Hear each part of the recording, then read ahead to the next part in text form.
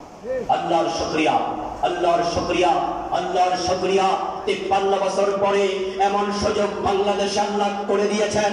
এখন যদি আমরা চাই, অন্তর্বর্তীকালীন সরকার চায়, তাদেরকে আমরা চাপ প্রয়োগ করে বাধ্য করতে পারি, নতুন করে গণভোটের আয়োজন করে পুরো সংবিধান পরিবর্তন করে সরাসরি আল্লাহর কোরআনকে সংবিধান ঘোষণা দেওয়ার পরিবেশ তৈরি হয়ে গেছে।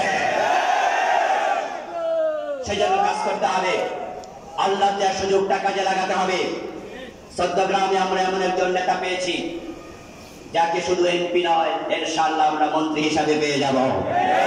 এটা অ্যাডভান্টেজ, এটা আমাদের জন্য বিশেষ প্রাপ্তি।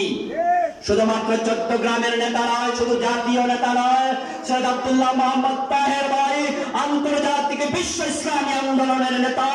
আগামী নির্বাচনকে সামনে রেখে দলমত ভুলে গিয়ে সবাই এক কাতারে এসে বাংলার জমিনে কোরআন বিজয়ের জন্য কাজ করতে রাজি আছেন না নাই? আলেমুল আমাদের প্রতি বিশেষ অনুরোধ রেখে কথা শেষ করছি। প্রিয় হযরত উলামায়ে কেরাম, আমরা ইখতিলাফ ভুলে যেতে চাই।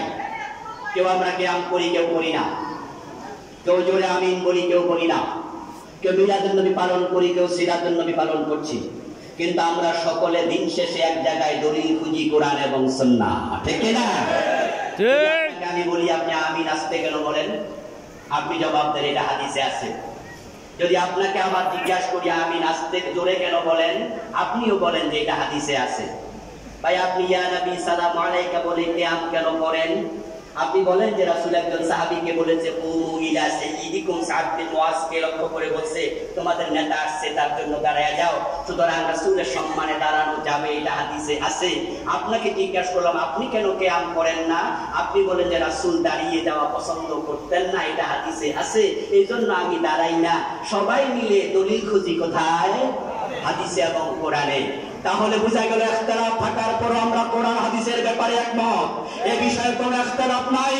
আগামীর বাংলাদেশ কোরআনের বাংলাদেশ হবে, হাদিসের বাংলাদেশ হবে, কোরআন সংবিধান হবে। ইখতিলাফ ভুলে গিয়ে এই বিষয়ে আলেমদের ঐক্যবদ্ধ হওয়ার